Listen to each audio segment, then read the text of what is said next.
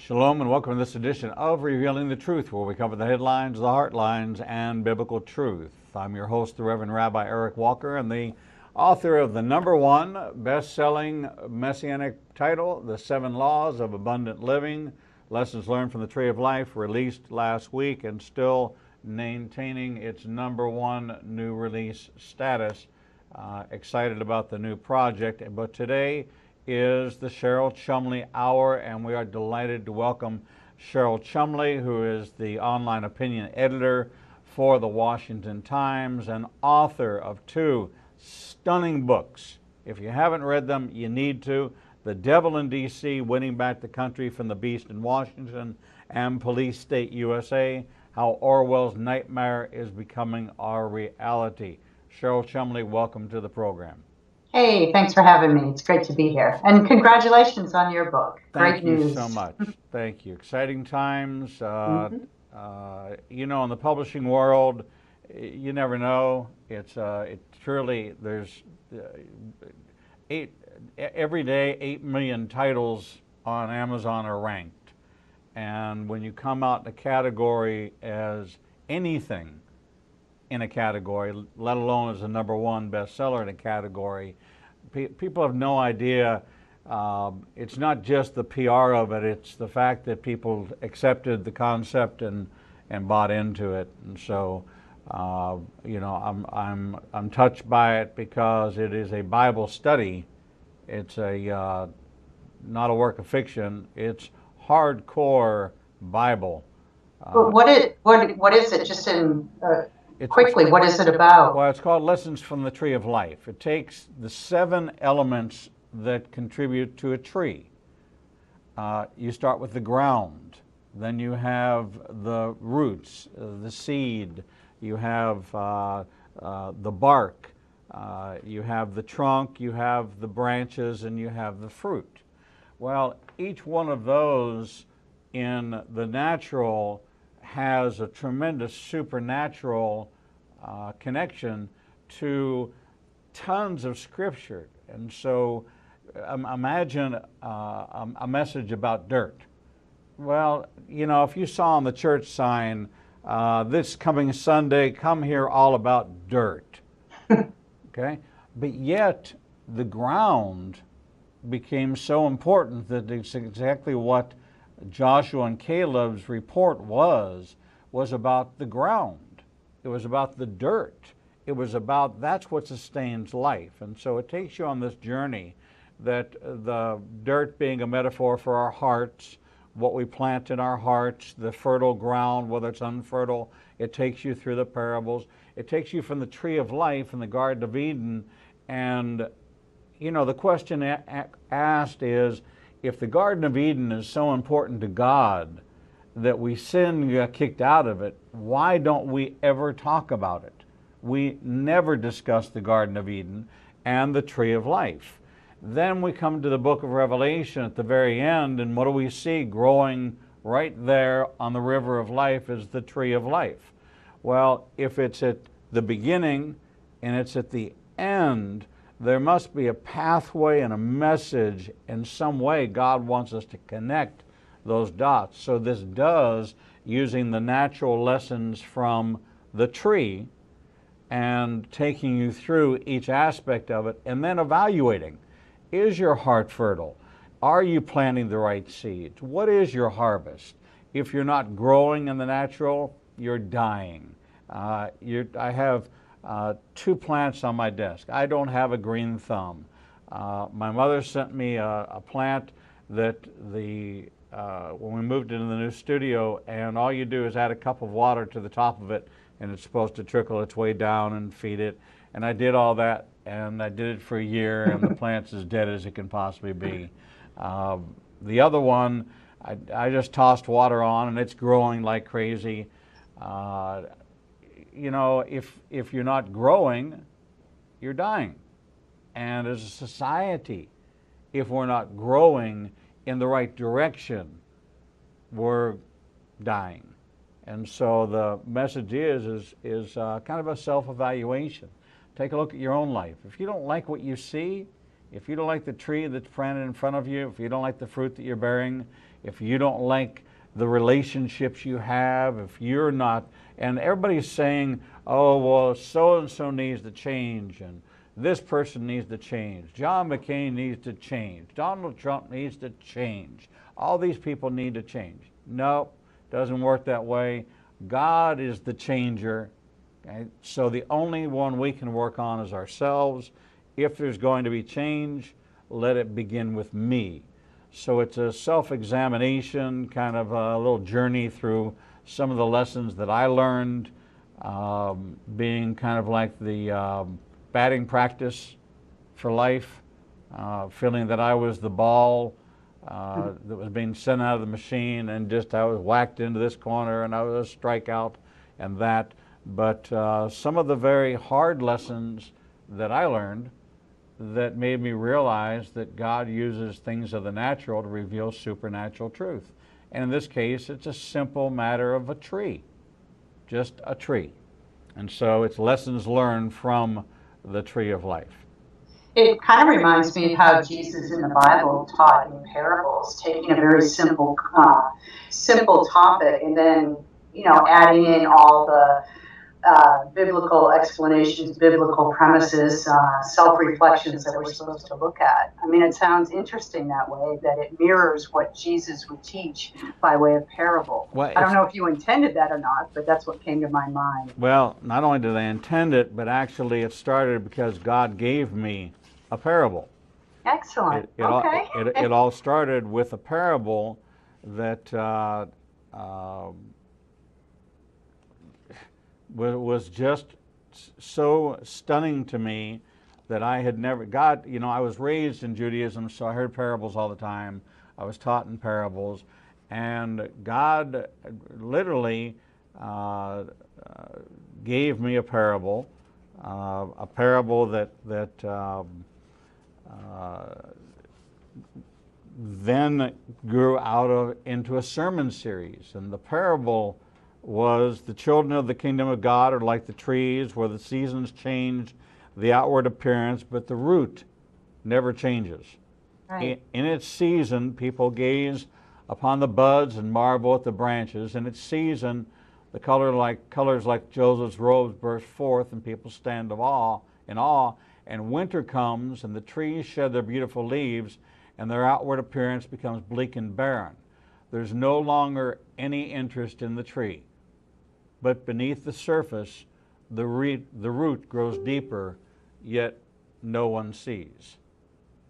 And so this whole thing was downloaded to me, and I'm not a doodler or a drawer, and all of a sudden I'm finding myself drawing this deep, intricate web of roots and realizing that, it's true. We make this quick drive in September, October, early November. We go see the beautiful changing of the leaves, and then once the leaves are off the tree, we're done. We're finished. We wouldn't look at another tree until the buds start coming on it. Right? But what's happening in that season? And in our lives, what's happening in our seasons when we're not seeing all this glorious fruit and all these wonderful things happening? Are we growing deeper? And if we're not, then either we've gone dormant, which is death to a believer, or we're dying. We don't have enough nourishment stored up to survive that season.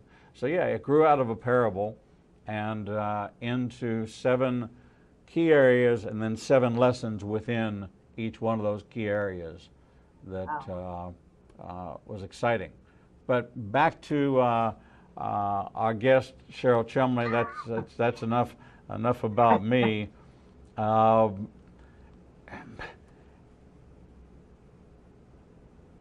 People stepping down out of office. Al Franken, mouthy, foul-mouthed in his Saturday Night Live days, SNL days, as they all were. I've got Victoria Jackson coming on the program in a couple weeks. She had breast cancer, and so during her time when she lost all her hair, she put on a lavender wig, and she became the girl with the lavender hair. And so she wrote devotionals called The Girl with the Lavender Hair, devotionals for women with breast cancer. So I've had a chance to talk with her, and she said, yeah, those days were raunchy, comics were raunchy, the clubs were, and still I won't go to a comedy club because the language is so foul. So Al Franken's kind of throwing off on, well, I wrote those horrible things, but that's what my job was as a joke writer. Well, but that was your character. That was a reflection of your character. So Al Franken's trying to get a little special treatment for his escapades, but what's going on in Washington? Is the lid going to finally blow off the pedophilia, the sexual favors, the pay for play, the sex for play, the casting couch concept that's been around for 80 years? Washington has been rife with it. Prostitution in Washington. Jennifer Flowers, just go all the way back to the Clinton administration. Go back to Marilyn Monroe and John F. Kennedy. And you see that there's always been this double standard. Is it going to change, or is it just that the moral compass of America is so broken that it doesn't bother us anymore? I think it's a little of both. I think we hear and learn more about sexual harassment and worse because now we have 24-hour media. 100 years ago, it wasn't like this in the media. Even before that, you didn't hear anything, and these things weren't even talked about. And if something did happen to you, then it was just hushed and quieted, and you went about your own life. And now everything, you walk down the street and people could grab things on their cell phone cameras, and within the next 24 hours, it's gone worldwide and viral. And I think that the whole Harvey Weinstein thing crumbling and bringing all these many, many more allegations of sexual harassment to the forefront, on one hand, is a good thing in society because it shows that this stuff has been going on for a long time, and perhaps we have reached a boiling point, whether we're talking about Hollywood or Washington, D.C., or in the work world, just in corporate America. But I think there's a flip side to it as well. And I think the more we talk about it and the more that comes out, some of these allegations aren't quite so egregious, perhaps, as others. For instance, I would say that we can all agree rape of a woman is horrendous, horrific, and it's terrible. But some of the allegations and some of the accusations you hear, it's almost like it's ingrained in our society as males chasing females, the masculine guy being a skirt chaser. And this is how women have worked for decades now in the workforce. So if every woman who has felt some sort of sexual harassment, myself included, were to come forward and point fingers now, I think just about every man in America would be facing some sort of accusation. So I think we need to be careful when we're talking about accusations and allegations in realizing that not all are as egregious as others. And the bigger takeaway I would like to say about this whole sexual harassment atmosphere that we're facing right now, the bigger takeaway is this is what happens when you remove God from society. We are supposed to be moral, virtuous people. That's not just biblical, but it's also political, as founding fathers envisioned. Our republic would only be successful so long as the people who governed it and the people who were governed by it were moral, virtuous people. And so you don't get sexual harassment when men do their proper biblical roles and women do their proper biblical roles as well. And I'm not talking about women staying home in the kitchen and baking all day. I'm talking about the moral compasses that guide their actions wherever they may be throughout the workday. And I believe this is the bigger takeaway. And if we want to get at the root of the problem and start stepping back from sexual harassment in society, then we need to start putting God back into society. Well, there's no question that morality in America has been changed and rewritten with the same-sex, the Marriage Redefinition Act, with transgenderism and all of that.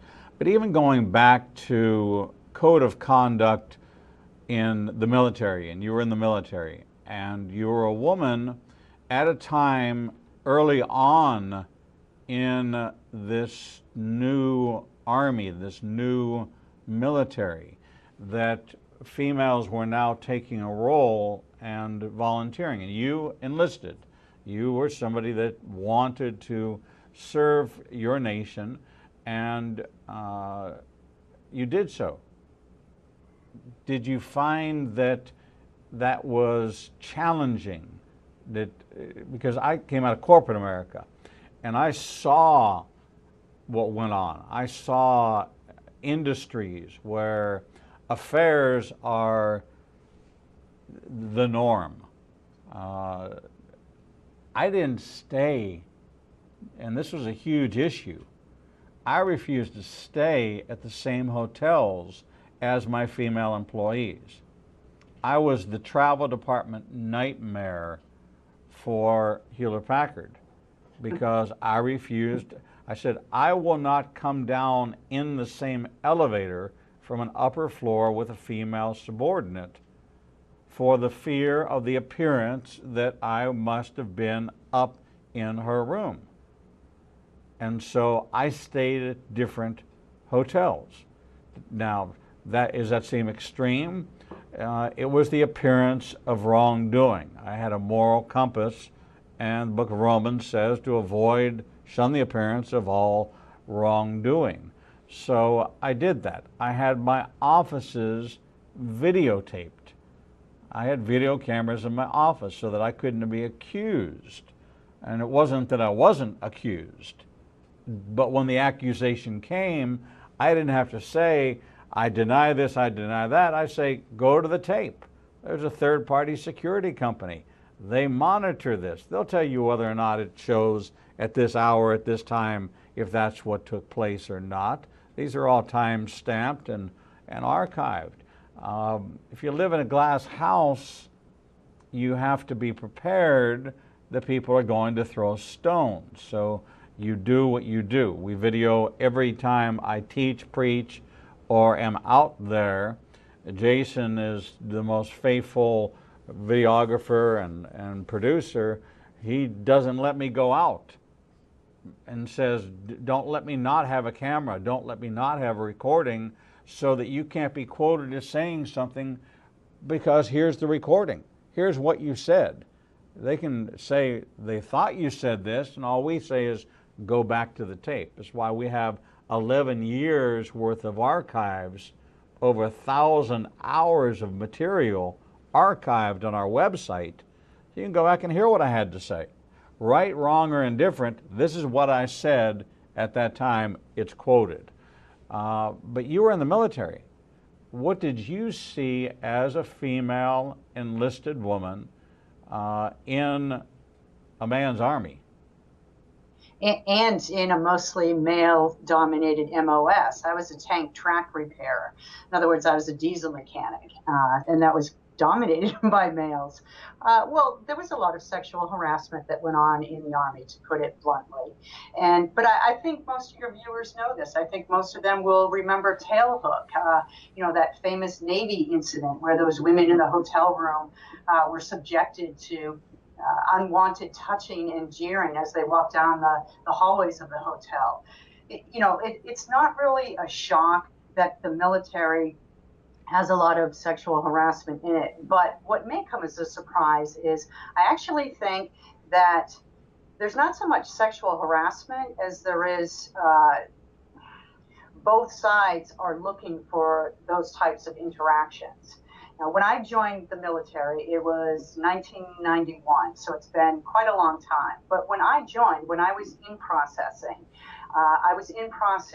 in processing with a bunch of females. At the time, it was just simply females in process together, and males did their own separate in processing.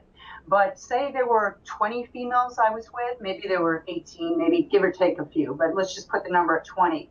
Maybe 15 of those women that I was in processing with were joining the military to meet men. That was stated, that was talked about. That's why they were going in. When I was in the military, a lot of the women that I knew were there to meet officers. So it's not exactly always the male harassing the female. Sometimes the interactions are wanted, and perhaps some of these allegations that are floating out there aren't as cut and dry as real allegations. Maybe they are more a woman scorn type of thing. And I tend to fall on the side of a female victim who comes forward and says that she's been harassed. I tend to believe her because, to me, a woman in their right mind, anyhow, wouldn't put herself under such scrutiny unless it was true. But at the same time, I recognize that there's a lot of women out there, they're not completely innocent in what's going on. And we do need to keep these things in mind instead of just simply running roughshod over men's reputations without considering that there could have been some sort of other side to the story. You know, it's interesting that you talked about women joining the military to meet men. I know that some women go into nursing to meet doctors, that they know that that's the environment that they want to be in. They have a heart for that work, but they also have a desire to meet a young, handsome doctor, and there are many of those relationships. Unfortunately, it also thinks it fosters an adulterous environment because there are workplace attractions, workplace emotional affairs, workplace connections. You don't spend 40 hours a week with your spouse, you spend 40 hours a week with your coworkers.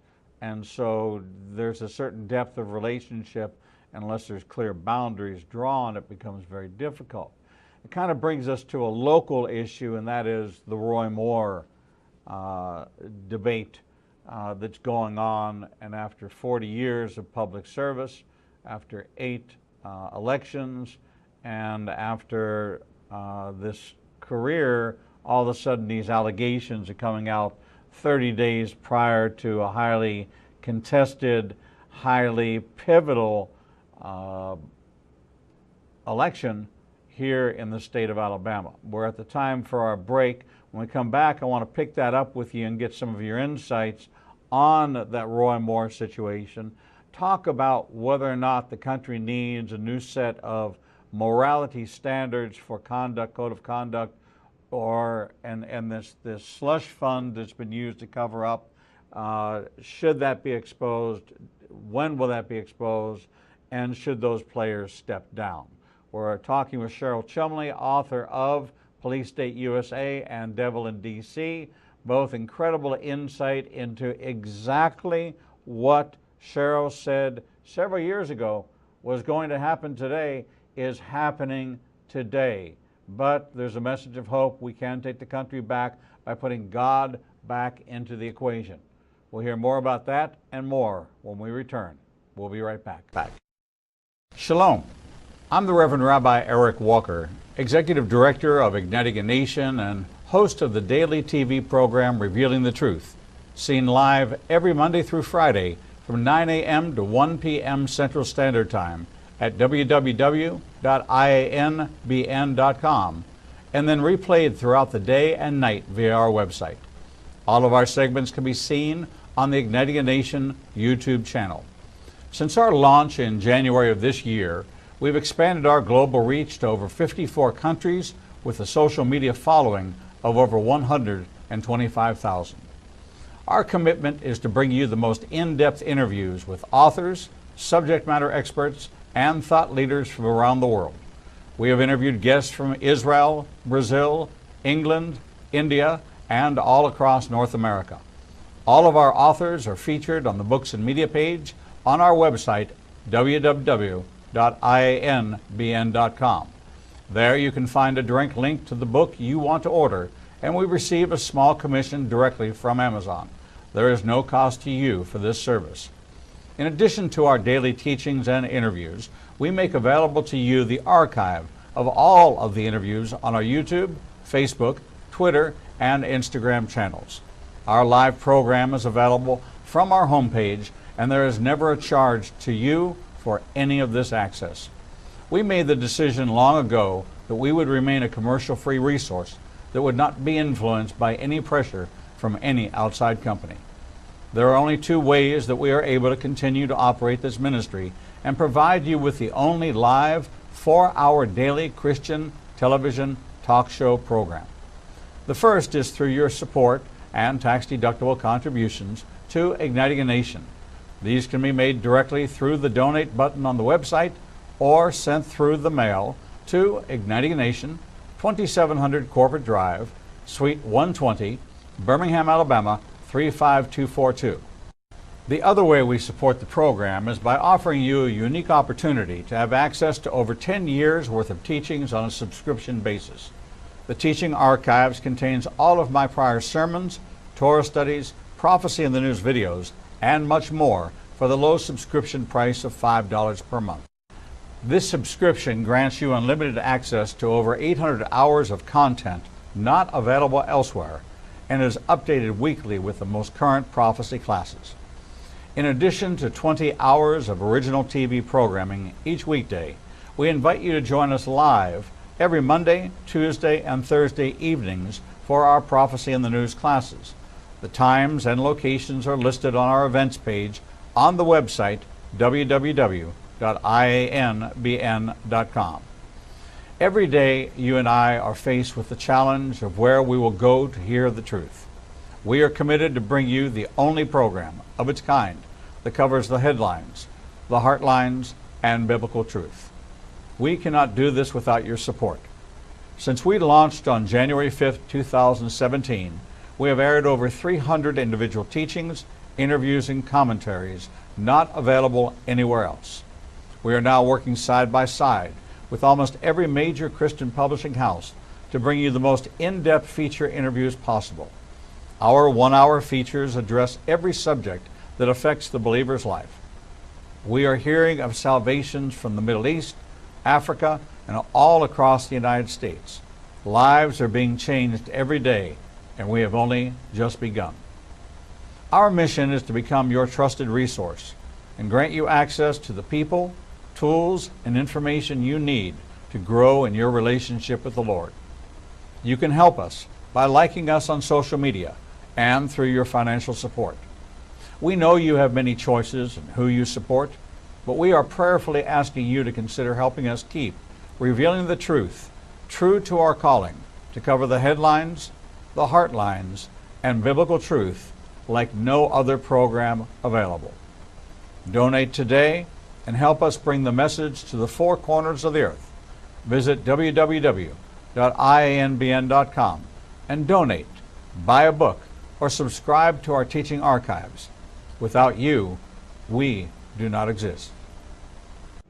Shalom and welcome back to this edition of Revealing the Truth, where we cover the headlines, the heartlines, and biblical truth.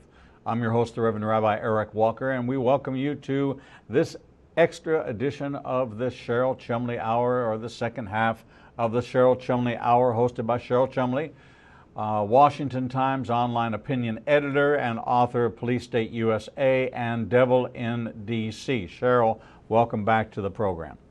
Thanks. Great to be here.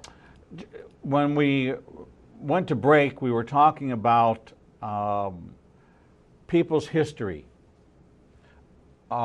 Is prior behavior of 40 years ago a predictor of who that person is today? Thank God for you and for myself that by the grace of God and by the sacrifice God made on our behalf, we've been forgiven by heaven. And our relationship with God is secure because we've accepted God's plan of salvation.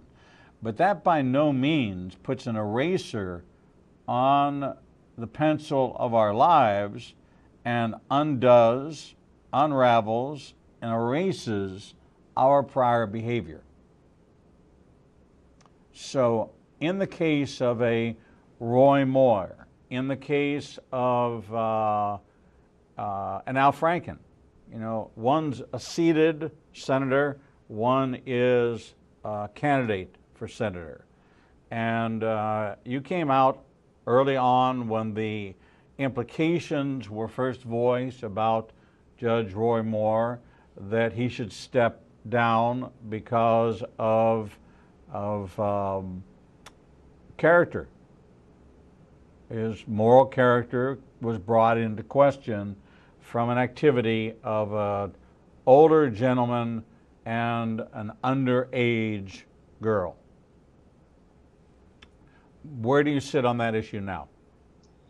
Well, I still think that he is not going to be effective as a politician because of the black shadows that hang over his head. And I still, Alabama voters are going to vote whoever they want. I don't live in Alabama. I have no say in whether Roy Moore beats Doug Jones or not. But from standing back from my Northern Virginia home and looking at Roy Moore and what has come out against him in recent weeks, if I could vote for him, I would not. And I think that he should stand down. I don't think that he should be a senator representing not just Alabama, but once you're a U.S. senator, you represent all of America's interests. And the reasons when I first wrote that he should step down, it was based on pragmatic politics, that he couldn't go to D.C. with all this baggage hanging around him and be an effective senator. But the more I've researched, the more I've listened to both sides, the more I've listened to these women, heard their accounts, read news about them, listened to Roy Moore himself, especially on Sean Hannity. Now I find myself wanting him to step down because of my belief that at least the first woman, the woman who was 14 years old at the time, Leigh Korfman, is telling the truth. And, I know all the other sides of the story, and I have to say I'm not happy at coming out in opposition to Roy Moore.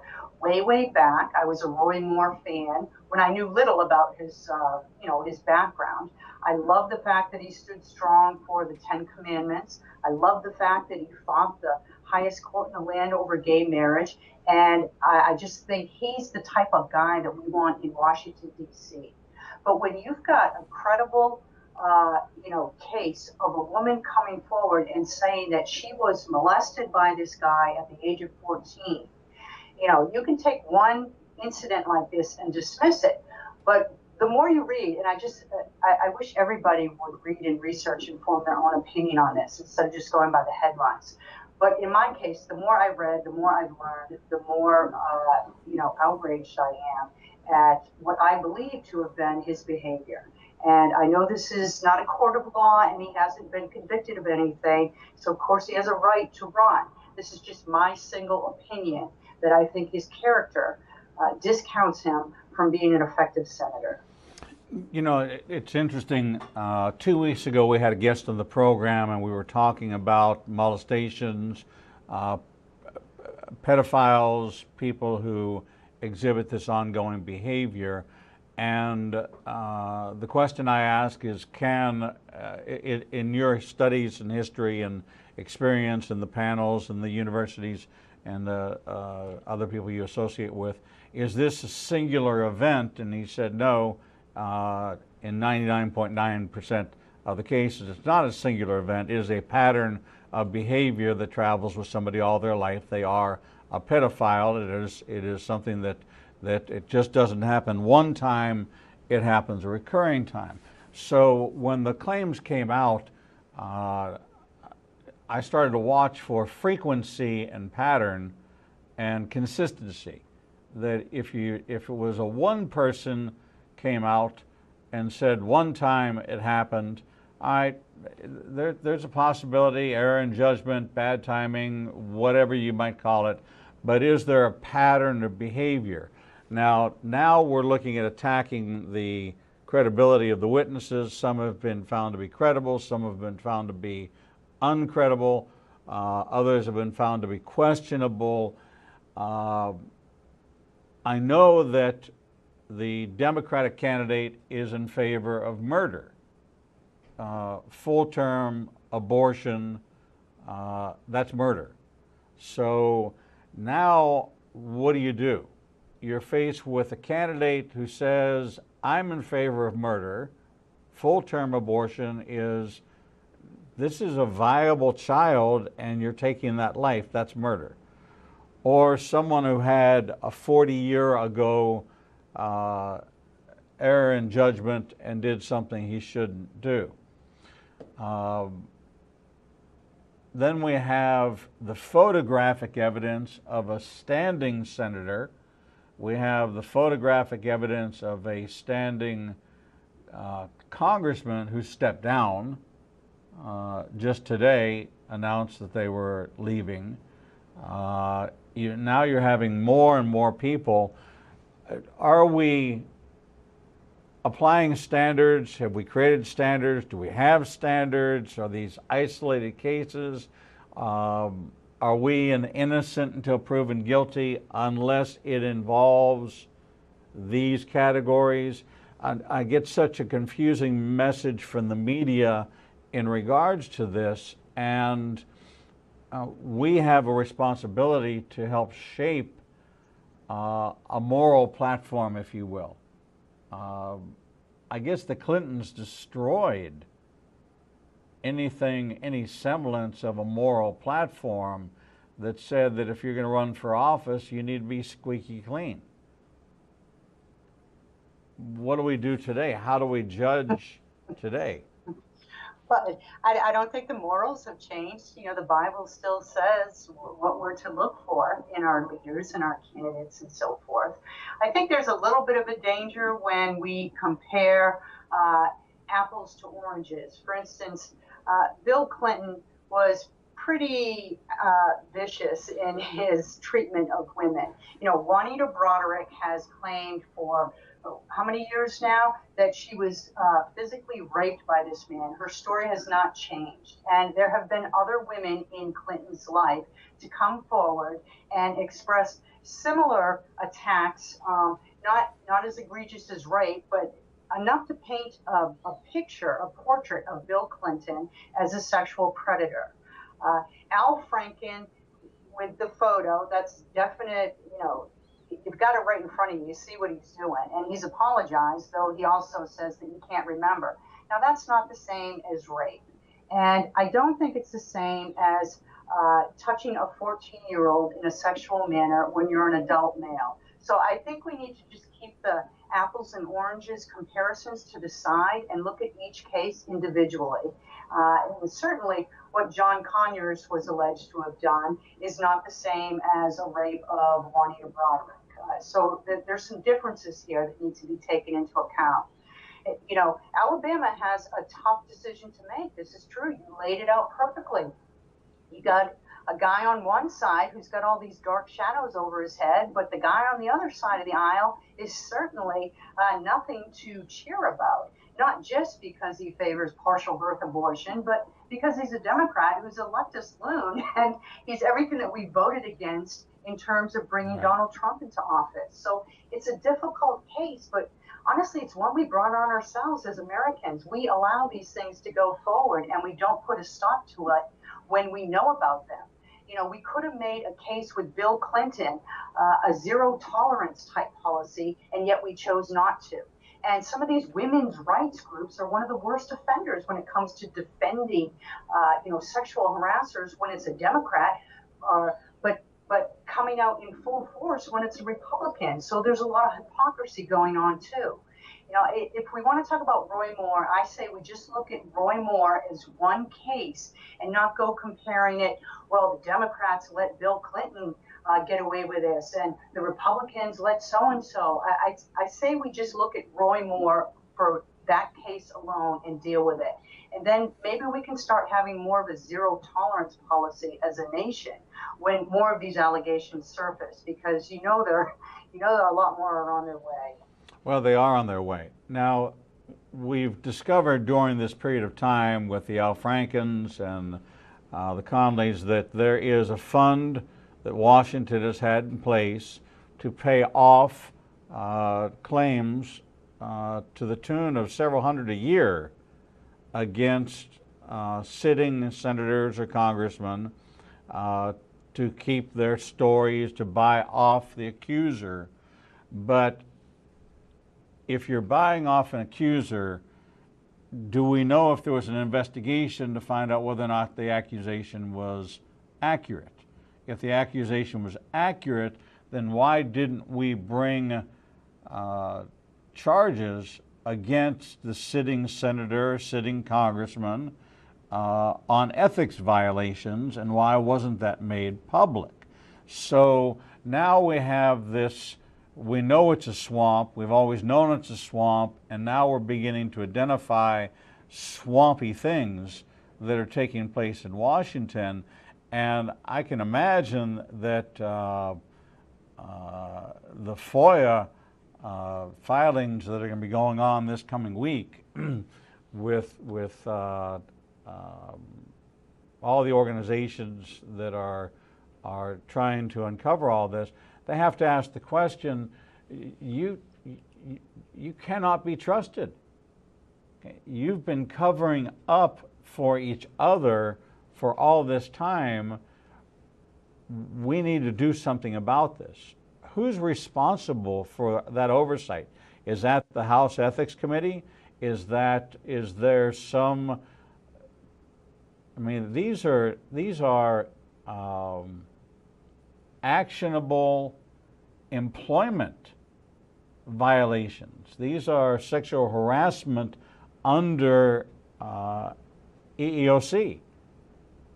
The government is not immune as an employer to fair hiring practices.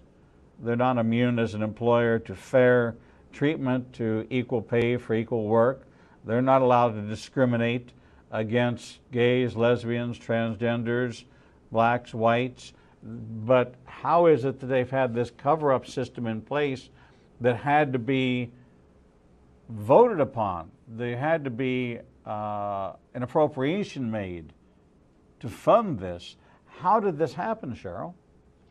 This is a complete outrage. And if nothing else, if people are getting sick and tired, as I am kind of hearing the newest sexual harassment allegation come out, it's a daily thing now. If you're getting tired of that, the thing that you should key in on is what Congress has been doing when they field sexual harassment allegations. Because as I understand it, and I did not know the extent of this until the last couple of weeks when these stories started leaking out, when you're someone on Capitol Hill who wants to file a sexual harassment charge against your boss in Congress, the bureaucracy is so high to climb that a lot of these women who have suffered or say they've suffered over the last few decades, for crying out loud, they don't even bother to file. Because as I understand it, if you want to file, if you're a woman working on Capitol Hill and you are sexually harassed by, say, a staffer in your office, you have to, in order to file with the ethics office on Capitol Hill, you have to agree to undergo 30 days of therapy as condition of filing that. And then once your 30 days worth of therapy is up, then you can pursue the filing. But it takes, I think the average number was 90 days in order for your investigation to be vetted. It's ridiculous. And if you're a woman who is sexually harassed on Capitol Hill, I can see why you would just shrug it off and just try and, bite your tongue and get through, say, 6 months to put it on your resume and not say anything, because they made the system so difficult for any truths to come out. And I think it's what you were just describing. It's in order to protect those who are guilty. It's almost like Washington has gotten so bad we need to start over. Right. And go back through and call for a national referendum that says that every single, starting with Congress and the Senate, every one of those positions, there's going to be the same election, the second Tuesday of November of 2018, 434 or 430, whatever it is, House of Representatives, 100 senator, all those positions. And during that time, voting records are going to be, there's going to be some committee that's going to take, here's their voting record, and here's what they promised to do, and here's where the disconnects are. All right? And everybody gets a score, an equal score across the board. Okay? Pinocchios. All right? You get 8 Pinocchios. You ran on cutting this, but you voted for it. You ran on this, repeal and replace Obamacare, but you voted not to do it, okay? You're 9 Pinocchios. Let's just vote on the facts, and let's say, you know what? Anybody that's been in Congress this long needs to go. Because whether or not you've been caught, that's the issue, is not whether or not you did it, it's whether or not you got caught, and whether or not, if you got caught, was it exposed? So no question in there comes the moral standard of conducting yourself. So we need a do-over. We need a whole, every appointee, and we have no idea how far this extends because this was a secret. This fund was a secret to the public. But I still don't see the outrage. I don't see America up in arms. I see them still talking about, you and I have talked about the NFL protests.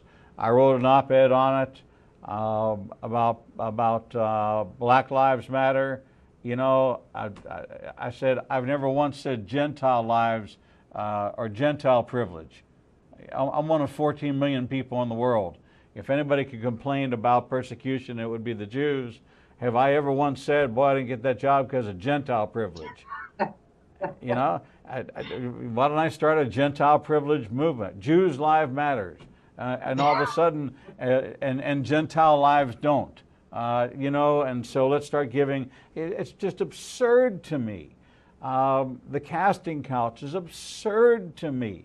We know all this stuff is going on, but we don't do one thing about it but yak.